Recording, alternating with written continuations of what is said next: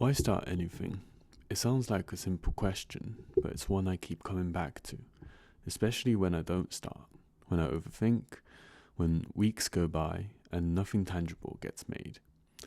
And I think the real answer, at least for me, is creation is self-expression. Bear with me. At its core, creation is how we express what's inside of us, how we think, how we connect ideas, and how we respond to the world. And I think this matters now more than ever. We live in a time where effort is increasingly abstracted away. Automation, shortcuts, invisible systems doing things for us.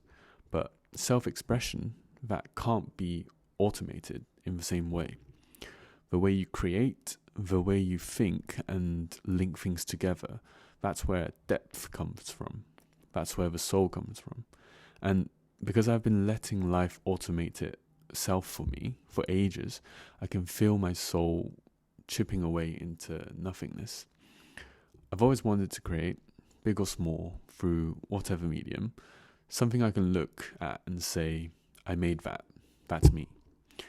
I still don't fully know what that is, and maybe I don't need to. I think we often overestimate how much clarity we need before starting just anything.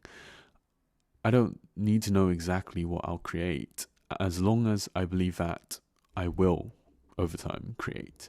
Because clarity doesn't come from thinking, it comes from movement, doing.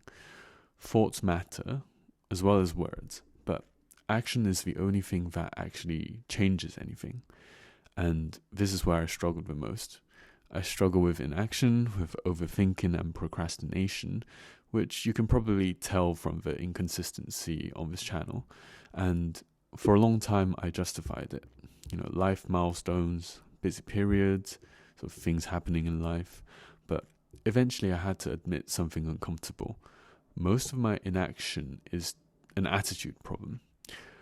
Avoiding starting is often just an excuse to escape into a fantasy where something perfect exists out there, waiting to be found, something that fits me exactly and magically solves all my sort of doubts and uncertainty.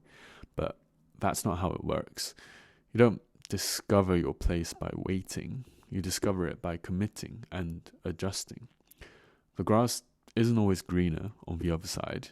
Sometimes it's just a bigger field with scarier predators. And what actually cut through this, at least for me, is offering some form of value through creation. When I think about it, the most important parts of who we are aren't given by schools or jobs. If something can be taught to you formally, it can be taught to almost anyone who's willing to learn. What actually moves things forward is passion, an innate leaning towards something, a curiosity you keep returning to. Creation forces you to confront that. So if you struggle to start, like I do, what's helped me is talking to people, writing down your thoughts, note down the smallest possible step forward. If you don't want to talk to others, you can talk to yourself in the mirror, as silly as that sounds, or put your thoughts on paper, in a journal, in your notes app. And when you do decide to start something, try to embrace it fully. Be present, be consistent, and document the journey if you can. And if you're watching this video, you already have the tools you need to really do that. And you'd be surprised how many people want to say something but don't know how to or where to put their thoughts.